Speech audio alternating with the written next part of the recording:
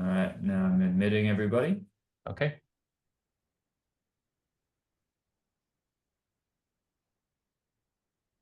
Good afternoon, everyone. Afternoon. Oh, hey, Angela, how are you? Doing well, thank you. Excellent, good to hear. Yep, we're just we'll get started here in just a moment. And just as a heads up, the normal kind of moderator for today is based out of Tampa, Florida, and so she is obviously not available to run the webinar today. So I'm kind of filling in, and as it turns out, we don't really have a good idea of what was going to be the context of this meeting. So, looking at the description, it just seems like they asked Mark Booker to come and sort of present some information um, well, I guess Mark will fill you in on that, but he's prepared a little bit of a slide deck for you. And we are going to record, and this is obviously a meeting, so you can feel free to kind of have yourself on camera if you'd like to or not.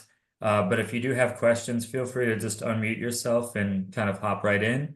But of course, you can also use the chat function if you prefer. Oh, I do see Jonica though. She probably has much better information than I do. So I will hand it off to Jonica. No more better information. You were great, Mike. Thank you for opening for us. And welcome, everyone. Thank you for joining us for our session today. We're going to go ahead and get started. Super excited to welcome Mark. And Mark, do we have Lisa on as well? Lisa is not on yet. I think she'll Okay, be joining, but I'll just weave we'll her go ahead in again. as Okay.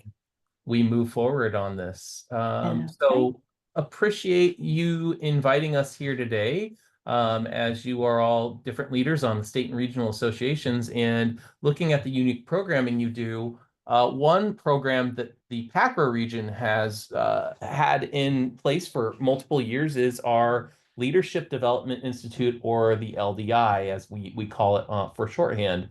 So I'm going to just share with you today the functional requirements, what the LDI is, how it works, and hopefully get to a place where we're answering questions for all of you on how one could either stand up this program or make it work in your own region, or just other things that you may be interested in what PACRA has done for the professional development of its members. So with that, I'll go ahead and get started. Feel free along the way, and if Mike can help me with this, if anyone has a question, feel free to raise your hand or whatnot, and I'll stop as I'm going along with this. And then we'll also, of course, hopefully have time for the end for some questions.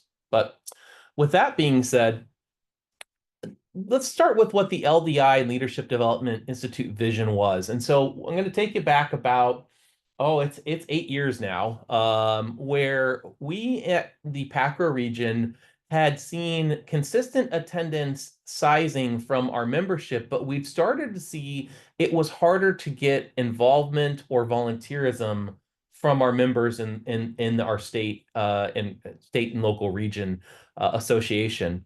And as the board started talking about ways to improve that, again, we saw engagement from our annual meetings, but not with kind of those stepping up for leadership. We thought, and especially one person named James Miller, some of you may know him. He is in Seattle. He had thought in his present year, his way to give back was to start a leadership development institute or some sort of program in which we would provide those who are newer to either the association or newer to their roles in higher ed a way to get leadership content. And with our only ask for them, and we'll go into some functional details, our only ask for those who participate in the Leadership Development Institute was to really just provide leadership in the future, whether it was to PACRO, their institution, or local communities. And when you really look back on this, and for those that have heard me talk before on a lot of things, I'm a big Simon Sinek start with why kind of guy. The why behind it goes back to the why, what PACRO's role is. And PACRO's role as a regional association is really to give back professionally to our institutions in order to improve society our region, and global higher education. And so because we felt that that was an important process, we invested as a region into this program that we started calling the Leadership Development Institute. Now, the interesting thing about it as we proceeded was James had came up with the idea as the president in his past president year, but then he handed it off to both myself and a few other people, Julia Pomerick, who's on the ACRO board. I think you all may know Julia as a wonderful, caring human being who also tells you that everything is fabulous. I don't do a great Julia impression, but if you know her, that is one of her favorite words. And so she was our inaugural dean of the program. And we really didn't have guidelines that first year other than what we put down on paper, which the thought process was we wanted to have a year-long program that gave our mentees or our participants content that would allow them to ultimately learn, grow, and develop from certain core areas and then to give back. And so I'll go through the functional areas of that. But really the thought process was how can we get a pipeline for future leadership in our association? And so our promise, and so one of the first things we started with is our promise to our association by doing this program, because we had to come up with what that would be as we decided then to develop our curriculum and get into some of the mechanics. And I want to stop for a second before I get too far into this. Lisa Irk, who is also on the call today, who's just joined, she's the current dean of the program. And so one of the things to let you know, and we'll go through some of who our faculty was, Julie was the first dean of the program. I was the second dean of the program, and Lisa is now the current dean. So she'll chime in on some things that are going on right now. But going back to the beginning, our promise for this was first to deliver a transformational experience to our participants. We wanted to make sure that whatever we put them through, they would come out different on the other side. And you heard me mention before, on a broad basis, the goal was to make them give back to some sort of community with the hopes that they would support PACRO. The other was, and we talked about this, which is really important that, and you'll see within the curriculum, our content's not all higher ed related. Some of it is, but we wanted them, our cohort members, to be change agents in their community. So we do talk about how to become people that are active and involved in their local roles, their local communities, as a form of giving back. We also wanted to help them get insight from people who were already in leadership roles to give them opportunities to emerge their leadership talent. And so we wanted to make sure the curriculum had some sort of tent poles or context around that. And then, you know, these are some periphery things. The other part was to support the future higher education and student success. We felt that if we did this program and we did it well, it would create a virtuous cycle that would just keep feeding constant improvements on campuses, innovation ideas, and then that would lead to student success. And another area that was super important to us was to help welcome and better serve our increasingly diverse student population. We'll talk a little bit about how we select our cohort, but having a diverse cohort from whether it's background, experiences, institution type, those are all functions and format of how we actually select our cohort members, because we do want that communication to come up from people, whether we're even working in a different region or a different type of environment or a different type of role. And that goes into the promise to mirror the diversity of our students. We have diversity and from all factors and a lot of facets of ensuring that our cohort is unique to some different roles and different populations when we make that selection criteria for who is in this. And I will say this is a selective program. I'll talk about some of the mechanics on how we go through that selection process and the timing, but we have an application period that opens, and on that application period, we make decisions, and some people do not make it that year, but we do encourage them to apply for following years. And then last but not least, our promise with the LDI was to support a broader spectrum of professionals to grow in our profession.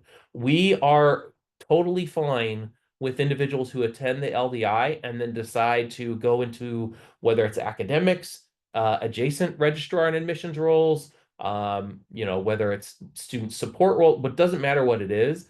If they want to go places that are adjacent or even outside of our profession, that's okay. But we wanted to make sure that our support encouraged growth and development wherever that growth and development was to lead, and as well as ensure that we also weren't limited when we're looking at, again, our participants to say it can only come from an admission or registrar role. If you are a member of PACRO, which has a what TOACRO has as a membership model, anyone can be a member as long as they pay a membership due. So our institutional members can add any role that they want into the PACRO organization, just like ACRO now has an open kind of membership. You pay your dues, and then you can add whatever members. So I'm going to stop to check for questions before I go on, but that was kind of the foundation of the program in and of itself. Okay, hearing. And Mark, I didn't see any questions, but did just want to make sure you saw that Lisa is in now as well. Yes, I did see that. Great. And Lisa, before I move on, is there anything you would want to add to anything that I've gone over so far yet? Nothing specific other than just what an exciting program this is and an opportunity to really help folks in higher ed see the opportunity for individual growth within their profession. Because higher ed, sometimes we can get comfortable, and this really helps to stretch. So I love everything that LDI is, and you keep going, Mark, you got this. Thanks, Lisa. So from a logistics standpoint, and going back again, I'm going over some of our kind of beginning foundational things, because one area that's really important for your own region and association is really to decide if you're going to do a development program, going back to why are you doing it? What do you want to do? What are your outcomes? Kind of setting that up in advance instead of getting into the kind of the micro mechanics of how to do it. You really got to determine, again, the whys behind it and what's important to you, which helps set up everything that goes future. But there is an investment in it, and there is some logistics, and both for PACRO requires both a commitment, not only financially, but also from human resources. And so first of all, when we created the program, there is a interplay between the PACRO board and the LDI program from a leadership and faculty perspective. And that is a soft connection, though. When we designed the program, we didn't want the board to have so much direct oversight that they're choosing the curriculum, they're choosing the outcomes, they're choosing how the program is run, all of those other type of things, because A, they have enough to do, and B, the idea of having a professional development entity is to really, kind of that academic freedom, give them the flexibility to do some of those things. But we did codify what this program would be in our bylaws, and as well as there's budgetary items tied to it. So the few soft areas there where the interplay is one, first of all, the budget for the program is determined by the PACRO board. So on an annual basis, the budget is approved by the PACRO board, and that becomes funds that the LDI program can use. Typically, it's been about $5,000 a year that we have a budget for. We haven't historically exceeded that budget that I'm aware of. Again, for the years I was involved, we didn't really exceed that budget, which is a really manageable amount from funds and things that are out there. The other thing is that the dean or the chair of the LDI needs to be approved by the board. So when we started, Julia was approved by the board, and that's the person who runs the program. When Julia's tenure was over, I was approved, and then Lisa has been approved. And so they do have oversight in regards to the chair or the dean of the program. Faculty members are then chosen by the chair or the dean of the program. So, but there's that kind of soft handoff between there. And the past PACRO president serves as liaison between the board and the LDI program. So whoever is serving in their past president year supports the LDI. If there's any functional questions or logistical questions, the LDI dean works with the past president of that year to manage those items and connect in that way from that end. I will also say the LDI dean, also I didn't list this on here, they do a board report. So when the board has a meeting, when they have their in-person meeting twice a year at the annual meeting, and as well as over the summer for us, based on our timing, they submit a report on what's going on and how things are working. So that provides a little bit of formalization to the program and makes sure that it's codified and actually gives membership the idea that this program has weight and importance and it's going to be supported. The budget that I talked about, that $5,000, it's really to pay for books, curriculum, teaching material, promotional resources. Sometimes we have PACRO pins that we give to our graduating members and things like that. And we'll talk about the number of the cohort or the size of the cohort in just a little bit, but that usually pays for that on that end of things. Faculty and dean roles are not compensated for us. So while some other programs out there are compensated, or they'll have professional programs or development programs where there's an honorarium, PACRO's decided not to do that. And I think it's been good and healthy for us. I don't think that would be a change I would recommend, to be real blunt, from our end. But that does mean that the biggest investment actually comes from the dean and the faculty. That time investment, because it's a year-long program, is huge. And you have to make sure that whoever is supporting that program, whether it's the dean or the faculty that the dean chooses, is really in it to win it. Because the magic of the program comes not only from the cohort, but also people that are there to support and work with our LDI participants.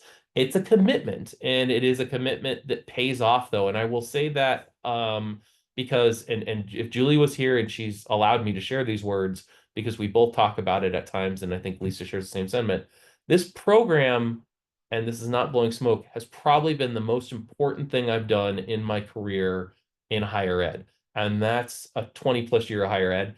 The people that we've helped and watching them grow and achieve and do more has been amazing. And I am, again, most important thing I've probably done has been supporting this program and giving back. So Lisa, I'll turn it over to you to talk a little bit about that, because it is a commitment, but it's a commitment that pays off. So Thanks, Mark. Yes, it is a commitment of time. And I think even to the extent that you think you know what it's going to be, I had the privilege of being a faculty member my first year under Mark. So I had excellent leadership as a role model. I saw how much he was doing, but even so, my first year now as dean, as I have found out, is still more than you think it is. So that's something just to be aware of when planning a program like this, is to really ensure that the person taking the helm understands that level of commitment. Mark and I have had this conversation before, that you get one pass of, an emergency can happen, but you really have to be committed that you show up.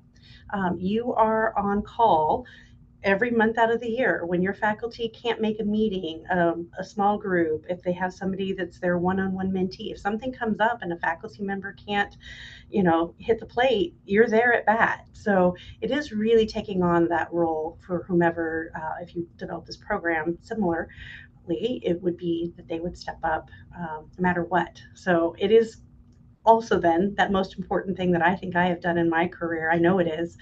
And it's also been a growth for me. It's interesting how much you grow, even when you've been doing a lot of work in leadership, how much you grow when you take on a responsibility of a program like this, supporting faculty, because you're actually supporting their growth as well as your mentees, as well as ensuring that the program is developed. Even to the extent of working with the faculty to co-create the curriculum and determine how you want to change it, how you want to pivot and modify as each iteration goes through. So there's a lot of opportunity for growth, I believe, at every level, not just for the cohort members, but for the faculty and even for the dean, maybe sometimes, maybe most for the dean at some moments. So yeah, that's what I would say to that. awesome. Thanks, Lisa. Angela put in the chat, so I'm going to answer the question before I go on. You're an IACRO and not PACRO. Can you still do this training? You would like to learn more. At this point in time, the PACRO board has not opened that up to people outside of the region. That could be something, and Tina, actually, sorry to put you on the spot, Tina, who's current president of PACRO, is something that they can maybe decide in the future. But to date, they haven't opened it up outside. So that could be, a thing. So I don't know, but right now it's just for current people in the region. So all right. And then all right. Actually there's other questions here from Jonica. Okay. I'll get back to that in a second. Let me see if this answers some of this. And actually Jonica, I will say this. So participants, typically we accept 12 to 15 participants a year in the program. It has become a mathematical equation based on the amount of faculty that we have, because we have really determined procedurally that having more than, well, definitely 3 to 4 mentees per faculty member is about the max that you can go for the value that you'll get out of the program. So typically we'll have about applicants for the program, we'll get about, I'd say 23 to 33. It depends on the year. But of that, we typically accept 12. Some years we accepted 15. The first year we actually accepted 15.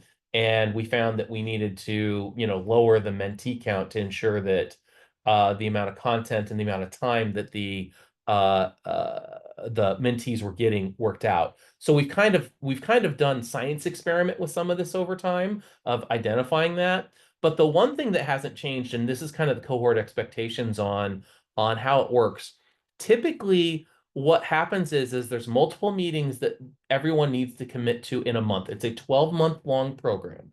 And every month we typically have a flow where there is a 90-minute virtual meeting, which is everyone in the same virtual room. And all this is really conducted virtually because we're accepting everyone across the region. So we have one in-person item, which I'll talk about, but these are largely virtual meetings.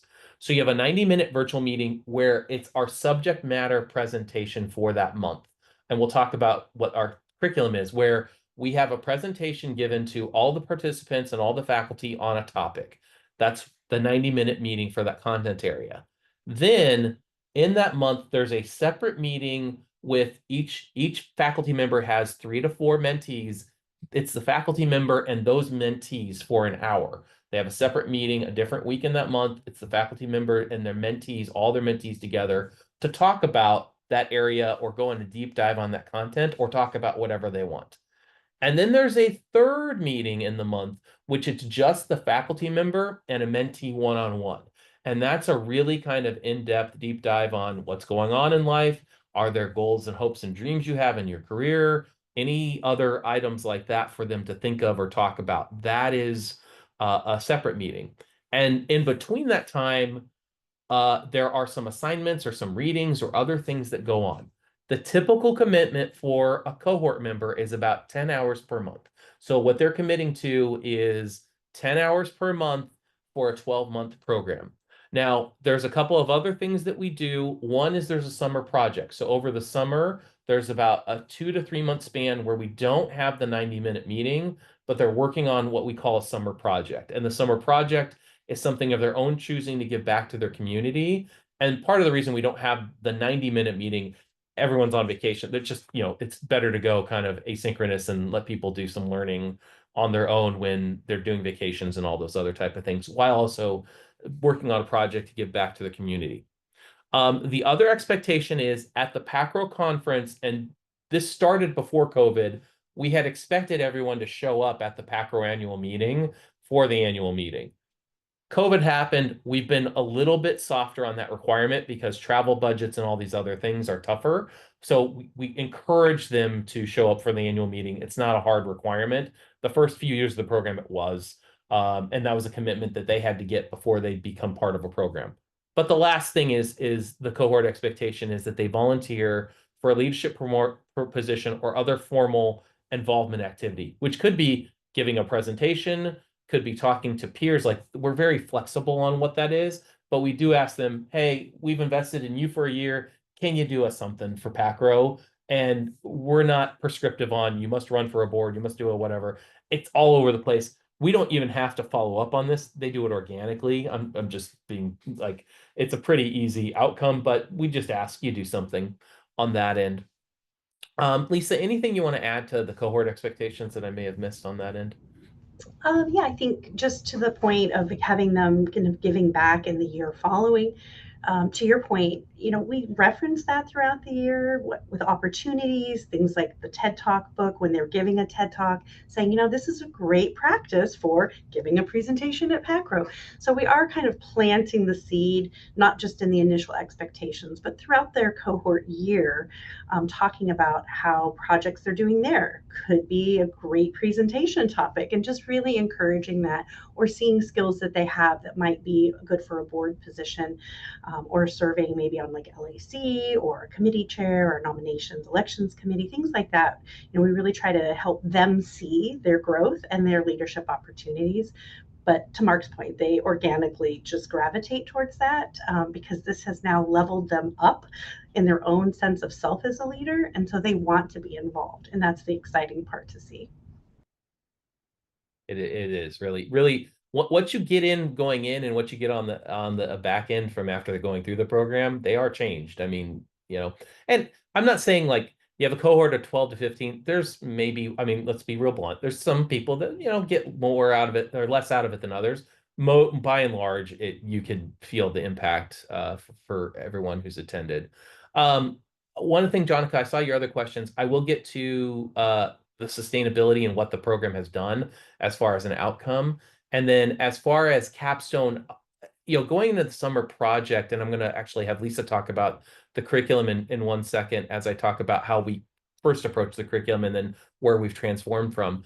The summer project kind of is-ish. You're trying to use lessons learned, but everything in the program that we've designed is not to be super heavy-handed. And so when we first approached the curriculum, we wanted to do a few things. One is, how do we teach them something higher ed related? So we always have something higher ed related. How do we do something that is about diversity, community, and giving back? And then also, are there any hard skills that we can work on and teach? And we actually, I think, have a slide that shows what our original curriculum was and what our curriculum has transformed into. It's changed, and it's changed over time in regard to that. But the monthly meetings and the assignments and things are we're really kind of like, we just expect you to do this, and we don't we're not in people's faces if they didn't get something done or whatever. The mentors actually have conversations when someone feels like they're slipping or falling behind. They're soft and gentle conversations. And we find that has really, really helped just have everyone be involved, because life, I mean, it's a year-long program. Life is going to happen. And I have experienced, and Lisa's also experienced this, sometimes people overcommit and they self-select out very early on. There's not a point in time where I've experienced someone who's like, yeah, I'm just hanging on for dear life for 12 months of the program, and then just kind of like whatevs at the end. No, they kind of get the feeling and again, kind of make their own choices, which makes life easier as far as faculty and a dean. But this is the curriculum that I think was this last year. So anyway, Lisa, I'm going to turn it over to you for the curriculum as what's going on most currently. And maybe this is, I thought this was what I said, but anyway, you can There talk was a slide that showed both. Yeah, that okay. we put in there that had the current year.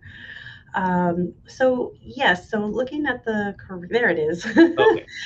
Perfect, thank you. So the curriculum has evolved, but there's a lot of things that you can see here have kind of carried through. There's that thread through. Looking at the art of gathering, looking at how we meet, why we meet, the ways we meet, how to make meetings successful, things to leave in and things to leave out. Really helps us look at how they function in their workspace, how colleges work. Fantastic book by Birnbaum, and to Mark's credit, he is an excellent presenter on this particular book, and came back this last year graciously to execute it again for us. And this one's really critical for helping them to understand the different types of organizations, understanding how those organizations function, how they see themselves in what their organization type is, and then how leadership functions within that. Also, the Inclusive Leader book was great, alongside another monthly session that we did on intersectionality. This is really helping for folks to work on self-identification of how they are showing up, how they see themselves, their identities, intersectionality, and then how that pivots into leadership of others. I won't go through every single one here. TED Talk, obviously building our strength with presenting and speaking skills. Great opportunity for them. Having difficult conversations, knowing their strengths, managing and dealing with change with the Switchbook. And then, of course, a favorite of all of our Simon Sinek's Leaders Eat Last. How can you not have a leadership program without that book? I'm not sure. But I feel like it's really kind of a broad scope there that covers so many areas that help them develop as a leader, as Mark said, with focus on DEI, on self, on service of others, handling those difficult conversations, presenting, speaking, and how we show up in our university. So it really is a wide range. In addition to the capstone, which is part of the curriculum, not necessarily a book, I saw a question about a capstone requirement. So the summer project really does function similar to a capstone, although Mark doesn't know this yet because we just had our faculty meeting yesterday. We are going to be kind of organizing, I guess, maybe the summer project to be a little bit more like the capstone, even though it kind of is. We're going to really name it that, and we are going to give them a little more of a capstone experience, because many people say that this leadership program is similar to a mini master's. It's like a one-year master's in leadership feel to it, with all that they're learning about leadership. So I said, maybe we can have something that's a little more identified as a capstone, because what we want is them to have not just a project and a give back, but maybe something that is something that helps them present themselves. So in getting these jobs that they inevitably seem to move up into, it's going to create almost a portfolio in a sense, a little bit, that they can draw from when they're applying for other positions or wanting to make transitions in their career. So that is something that is evolving for us. And the curriculum for this coming year will be very similar. We're not looking to change the books this particular year. So the 2024 side that you're seeing is what we're looking forward to going forward with for the most part. Let's see, what else can I add to that? We also added this year to the 90-minute meetings, we have a pre-meeting, which is a pre-social. It's a 30-minute optional, so no one's required to come, but it's an optional social time for 30 minutes prior to the 90-minute meeting. This is where we're bringing folks in. Sometimes it's a short activity, game, discussion, roundtable. We do different things each time. But this allows the cohort to really kind of mix, mingle, socialize, talk to one another in a little more casual of an environment. It's not we're in the meat and potatoes of the conversation and our subject matter for the month, but really just to make those connections. And what we did find this year offering that is that the cohort bonded very, very quickly. Sometimes it takes a little time for the cohort to warm up, a month or two of coming together. And this was Mark's idea. I executed on it because that's when I stepped in as dean, but I got to give Mark the credit. It was his suggestion, and I took that suggestion, and it has been a fantastic ad. And again, I really saw that engagement just out of the gate, because I think people came in and it was like being at a cocktail party a little bit, just kind of like, okay, so how are you? And it just really helped folks connect with that. And sometimes, again, I'll gamify something that we'll do, and get them encouraged to play and talk, but it's always related to the topic, but it's kind of making it fun, and learning can be a lot of fun if we bring that energy and that vision for it. That's mostly what I think I have for the curriculum. Thanks, Mark. Lisa. And one of the things I want to add in, so as you look at the reading list, I'm actually going to jump back to this one just so I can talk about it. This was a couple of years ago, as far as you can see the reading list from 2021, 2022. It's funny, I didn't realize you brought Switch back. We did Switch years ago, and then you brought Switch back, which is change management, which is one of kind of the areas they touch on. But each of these, as you kind of see the flow of how a year would work, each of these sessions actually have some sort of activity for the participants too. So it's not just reading a whole book. And in fact, we curate chapters in a book. Very rarely do we make a participant read the whole book. There are some months in which we actually split up the book, and the participants who didn't read part of a chapter hear from the participants who did as a presentation. There is, when we do Birnbaum, which is how colleges work, I actually mix up all the participants in the cohort as they own a certain type of institution, and they have to talk about, based on their understanding of how the institution is, whether it's a regional 4-year or a community college or a small liberal arts school, which is, the book talks about it. They have to talk about how that institution dealt with that type of crisis and present that out on that end, so that they're learning that one of our keys is schools work differently. And, when you're talking with newer people to the profession, sometimes they think, I'll just go down the road to the next school and it'll be the same thing. And fit is different. You have to understand fit on where you're going. And that's important to us to teach our cohort, as well as you see the Talk Like TED, which has been a staple. It's less about the Talk Like TED book. It's actually more about them in practice and public speaking. And they give a speech, and then we give feedback on the speech on that. So all of these create different activities and different things. So it's not just I mean, there's a month where it can feel like it's a book report because that's what we decided curricular wise, or the faculty have decided. But there's other months in which you have to share out, report out, do an activity, other things. So as you look at our reading list and talking about that, I just didn't want anyone to walk away with like, they read books and report on books. No. And in fact, we don't have them read. I don't think there's any book that we have them read from cover to cover. I'm pretty sure we select chapters on all of them. Because The we inclusive leader, we do read the whole book. okay. Okay. That's the Yeah. only one. And it's a short book. Yeah, that makes sense. So what do we have? So here's just the list of faculty. We wanted to provide that because you can see several names you know of, several names have moved on to other roles in higher education, but they're all regional individuals from our end. So this is who supported the program over time. And you can see it's a diverse group of people, diverse backgrounds, diverse stages in their career. But these are the faculty members that have been in the program over time. Faculty roles, one note, faculty are given and deans are given kind of a 4-year span in the program, and then they have to rotate off. So you can't be in the program forever. I'm the notable exception because I had to bridge 1 year. So I had 5, I think it was, or I went one over in overtime, but that was because we had a few faculty that actually went to, like Soraya went actually to a faculty position at an institution, was no longer a PACRO member.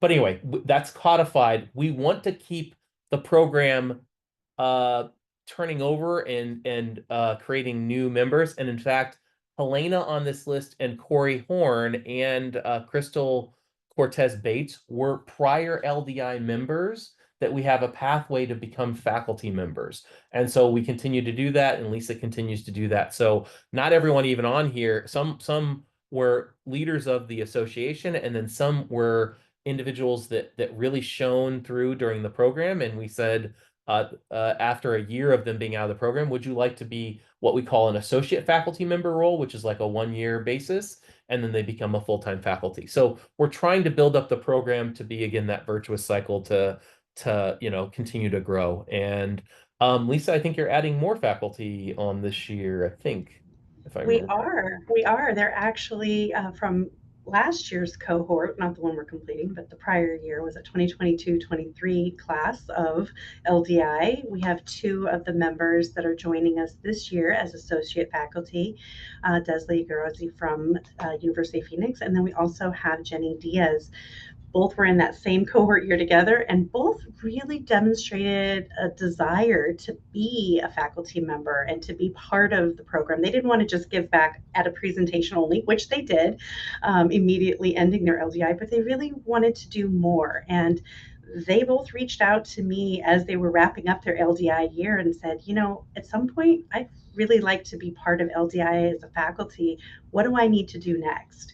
And so we spent this past year really talking about what that would look like, what the commitment is, their readiness for it. And it's super exciting to see them go from being a cohort member to an incoming faculty. It's really a proud moment to get to experience that with them.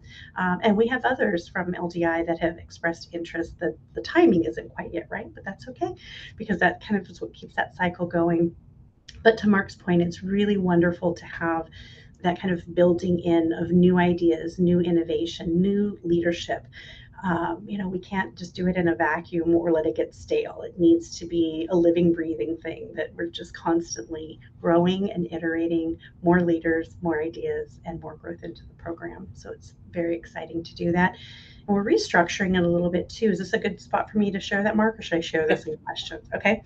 And so we're restructuring a little bit. Bringing in these 2 associate means our faculty load is a little higher, but also with associate, there's a little bit more training and bringing on that goes on for the experienced, seasoned faculty.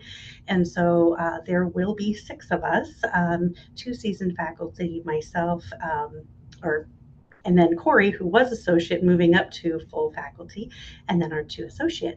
So we're actually going to pair. So how this will look now is we are going to pair 2 faculty together with their small group, and they will each take on 2 mentees, and their small groups, instead of being 3, will become a small group of 4. we're thinking that this might be helpful to expand the group size just slightly and also supports that faculty growth at the same time. But for the LDI cohort members, we see this as an opportunity for them to build some bonds with more of the cohort. We do cross-pollinate them, as Mark mentioned, like in some of the presentations, we mix them up so they don't get to present in their small group, they present across the small groups. But we're hoping that this will be a new way to kind of give them a little bit deeper contact with some of their colleagues. We're finding that, yes, we are post-pandemic quite a ways now, but folks are still having a lot of struggles in their universities, right? Our challenges and the load that everyone takes on social emotionally in our workloads.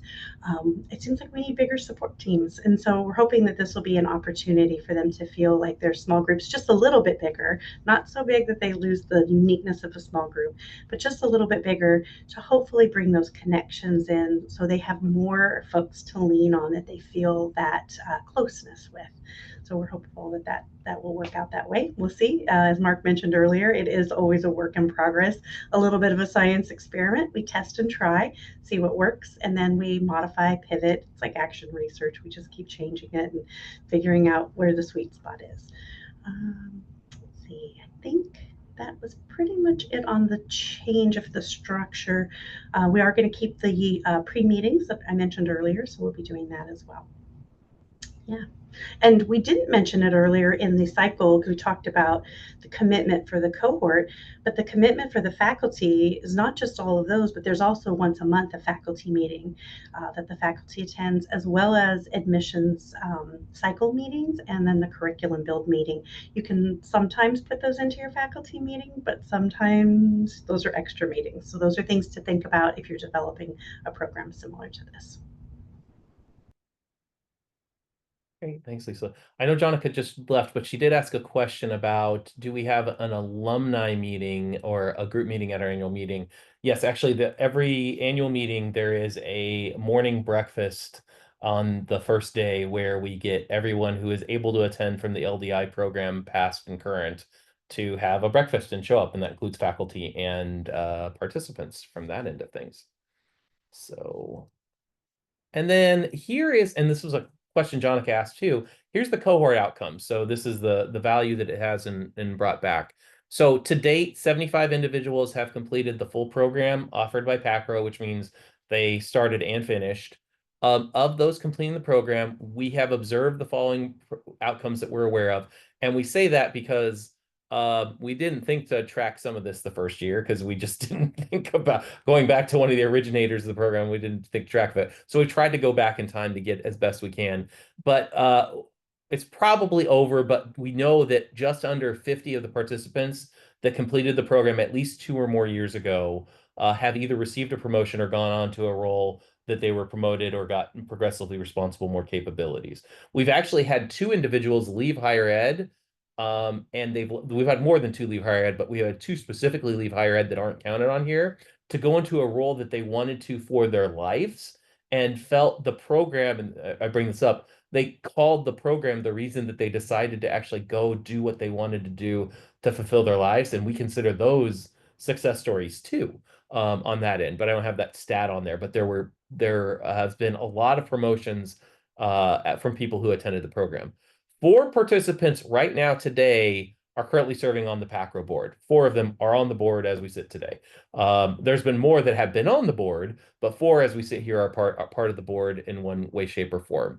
For the past 4 years, at least on the major committees that PACRO has, whether it's the NNE program or LAC, at least 2 or more LDI graduates are on those committees, on each of those committees. So whether it's the program committee, LAC, or NNE, 2 or more are on each one of those committees, and NNE is a voted group that has happened. And then multiple participants completing the program have gone on to serve at leadership roles, including committee chairs for the PACs or caucus leadership. Aaron Collins is one that you may know in the ACRO level who's very, very involved at this point, who's one of our graduates. There's several more, PPAG, other groups like that. They've gone on to support ACRO and grown in the ACRO way. We haven't really made it like we invite people to share with ACRO and support ACRO. It's not like that we path them for that. The goal of the program has been pathing them for more PACRO things, but that has led to ACRO engagement by many of the members. And some, are more comfortable just staying in the PACRO world as that end. But we'll continue to try to do that, and I think that's something to ponder. I will stop with that for a second before there's some closing slides or questions. But Tina, I'm going to put you on the spot. Tina Miller's one of the PACRO board members, president, on the call. Tina, any feedback or thoughts you say? Do we do a good job, terrible job, indifferent job? What do you want to say in regards to the LDI?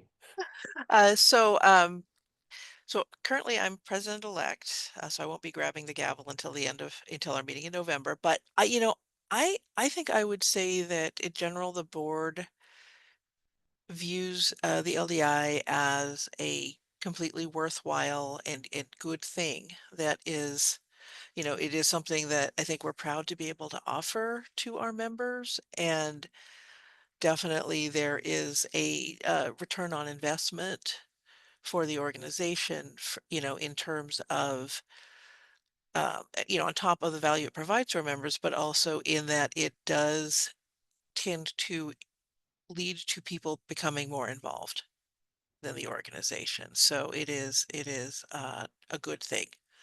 I personally love the LDI. I wish there had been LDI when I was kind of getting into the profession, and I personally have uh, encouraged people that have worked for me in my offices to apply and to join. One of them has gone through the program and is now currently on the PACRO board, and another we are trying to get them in there, but he unfortunately had, well, not unfortunately, he had a conflict around the time, and it was a fabulous conflict. It was a baby, so but he hasn't been in there yet. But I think it's worthwhile both as a board member and then also as someone who encourages my employees to go into it.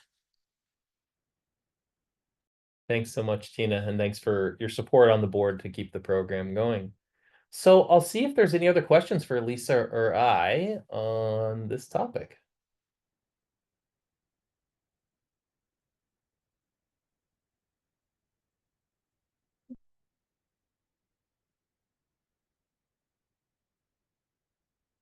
Okay, hearing none. Just one last thing. So I think all the deans, and I can speak on that, have seen the LDI as kind of like a ripple effect where the drops in it and then it ripples out to improve our association and our institutions. And if there's anything that you take away from the LDI or remember about anything we said or don't remember, it's this. You do this, you become the ripple of good that just branches out. And so that's something that I'm proud of. Lisa, I don't want, if you want to say any last words on at least LDI related content, I'm going to give the floor to you. Sure. I'll just share that, like Tina, I wish that this had been around when I first joined PACRO, because when it was developed, I was so excited. And I told Julia, I said, I'm in a master's program for leadership, but when I'm done, I somehow need to be part of this. This is a dream. I'm all about leadership, and I'm all about PACRO, all about Julia and Mark too. And so it was really just such a wonderful way to become a way to give back, really to give back to the organization and to find an opportunity to take what we've learned from PACRO. So much of my development before that master's was definitely from coming to PACRO for many years, but to really give back that experience, and shepherd in, right, those new leaders and folks that are, maybe they've been here for a while, but they just haven't found their voice yet. And it's exciting to see them emerge and really step into leadership and support of the organization, and to really live their highest potential, because we really see them grow, as Mark mentioned earlier, not just in the profession itself, but in their own personal leadership development as who they are. And we always talk about leadership is not just what you do, it's not just where you work, it's who you are, how you show up in your family, your friends, your colleagues, your business, your organizations. Leadership is a thread that runs through who you are in all those spaces. And leadership isn't our title. Leadership is how others perceive us and receive us. So that's what determines that for us. It's an excellent program, and I encourage anyone that's interested in developing something similar in one of the other regions. It's great. It's great. And we're here to support questions and as you go, or anything that you'd like to develop in yours, to be a partner to help you think through setting those things up. Thanks, Lisa. All right, housekeeping items that Jonica made me put slides in. So I will give you the housekeeping items. One is join on Acro Exchange and hear updates from Acro and share best practices. If you're not on the exchange, sign up for the exchange. And for state and regional organizations, there's a roster, I guess, that we can update on the state and regional page. So there's a link there in this deck. If they don't send out this deck, feel free to reach out to me. Would love to, you'll have that link and would love to share that with you. Other leadership meeting 2025, Hilton Alexandria Old Town, June 27th to 28th. So as state and regional leaders, you all should get a note to be invited to this, I believe. That's the 2025 meeting. And then the 2026 meeting is in the same place, but June 26th and 27th. So letting you know about the leadership meeting. And then also Acro nominations are open today. So if as a state and regional leader, you have a great program that is going on, a couple things. There's the Ackerman Award. This actually program, the LDI, was an Ackerman Award winner back in the day, but that ties to outstanding contributions for state and regional leadership. There's also, I think it's new, the State and Regional Leadership Award recognizes leadership contributions from state and regional chapters. So I think that's an individual award. I think that may be newer. Not sure because I don't remember it. But anywho's, it's there. Yes, Tiffany, thank you. It's brand new. Well, I'm glad my memory is okay. So if we solved anything today, my memory is in decent shape. They close October 31st and awards are announced at the 2025 annual meeting. There's a website on the Acro page. If you go to the top tab, the Who We Are, there's the awards section. And as state and regional leaders, if you know of someone who's awesome and cool, submit for that. Or if you know of an awesome program, submit it for the Ackerman. Those are all of the plugs that Jonica had said for me to make. So that's the end of the show. Anything else for the good of the order? Or I guess we can give you 7 minutes back. Thank you so much. Yeah, thanks to Mark and Lisa for outlining the program. It sounds awesome. All right. Well, thanks everyone. Have a great week and stay safe all. Take care. Thank you so much. Everyone.